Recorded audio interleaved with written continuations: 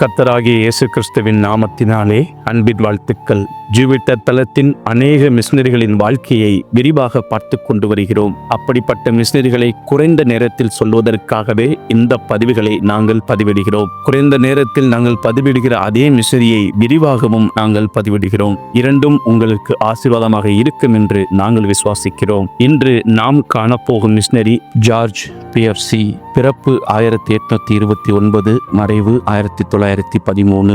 சொந்த ஊர் யார்ஷயர், சொந்த தேசம் இங்கிலாந்து, தரிசன பூமி கேண்டன் மாகாணம், சீனா. வேதாகமத்தில் உள்ள எலிசாவை போலவே ஜார்ஜ் பியர்சியும் யார்ஷயரில் ஒரு விவசாயியாக வாழும்போது சீனாவில் கடவுளின் தோட்டத்தில் அறுவடை செய்பவராக பணியாற்ற அழைக்கப்பட்டார். அவர் கிறிஸ்துவுக்கு தனது வாழ்க்கையை அர்ப்பணித்ததிலிருந்து வெஸ்லியன் திருச்சபையில் செயல்பாடுகளில் தீவிரமாக இருந்த அவர் பெரும்பாலும் வெளிநாட்டில் கர்த்தரை சேவிப்பது பற்றி யோசித்தார். அந்த சமயத்தில் சீனாவில் மிஷனரி சேவைக்காக வாசல் மெதுவாக திறக்கப்பட்டிருந்தன மற்றும் வெஸ்லியன் திருச்சபை ஊழியத்திற்காக அங்கு இன்னும் யாரையும் அனுப்பவில்லை. பியர்சிக்கு சீனாவில் சேவை செய்ய கர்த்தரிடமிருந்து தெளிவான வழிகாட்டுதல் இருந்தது. அவர் அறிந்த அனைவரிடமிருந்தும் பல்வேறு விதங்களில் அவரை உற்சாகப்படுத்துதல் இல்லாமல் இருந்ததை அவர் எதிர்கொண்ட போதிலும் பின்வாங்காத பியர்சி லண்டன் சென்று அங்கு வெஸ்லியன் மிஷனரி சொசைட்டியின் செயலாளரை சந்தித்தார். சேவைக்காக இளைஞரான பியர்சி கொண்டிருந்த ஆர்வத்தை பார்த்து சொசைட்டி அவரை நம்பியிருந்தாலும் சீனாவில் ஒரு மிஷனை தொடங்க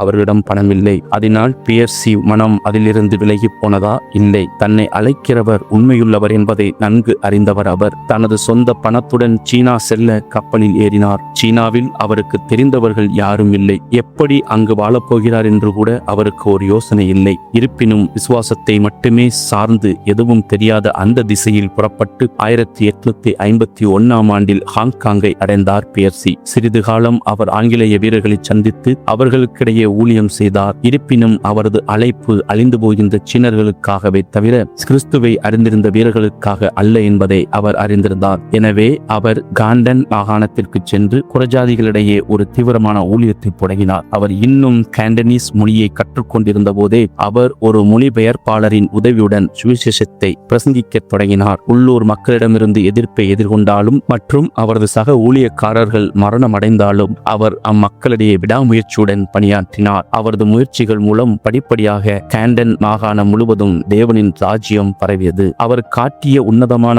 மாதிரி ஐரோப்பாவில் பல மெத்தடிஸ்டுகளை ஊக்கப்படுத்தியது. எனவே அவர்கள் சீனாவுக்கு வந்து ஊழியத்தை விரிவுபடுத்தினர். சீனாவில் தனது 31 வருட சேவையின் போது அவர் சந்தித்த கஷ்டங்களை அமைதியாக சகித்துக் கொண்ட பியர்சி அந்த காலகட்டத்தில் தனது அன்பான மனைவி மற்றும் குழந்தைகளை இழந்தார். இருப்பினும் விக்கிரக ஆராதனை செய்யும் சீனர்களை உண்மையான தேவனிடம் கொண்டு வர அவர் தனது ஆர்வத்தை என்றும் இழக்கவில்லை. தனது 81 வயதில் இங்கிலாந்து திரும்பிய ஜார்ஜ் பியர்சி 1913 மரணமடையும் வரை கர்த்தரின் ஊழியத்தை தொடர்ந்து செய்தார். பிரியமானவர்களே, நீங்கள் ஊக்கமின்மைகளை எதிர்கொள்ள உங்கள் மனம் விலகி போகிறதா? கர்த்தாவே உங்களுக்காக ஆத்துமாக்களை ஆதாயப்படுத்துவதற்கான தாகத்தை எங்களுக்குள் புதுப்பியும். கர்த்தராகிய இயேசு கிறிஸ்து தாமே உங்களை ஆசீர்வதிப்பாராக. கர்த்தர் நாமம் மகிமைப்படுவதாக.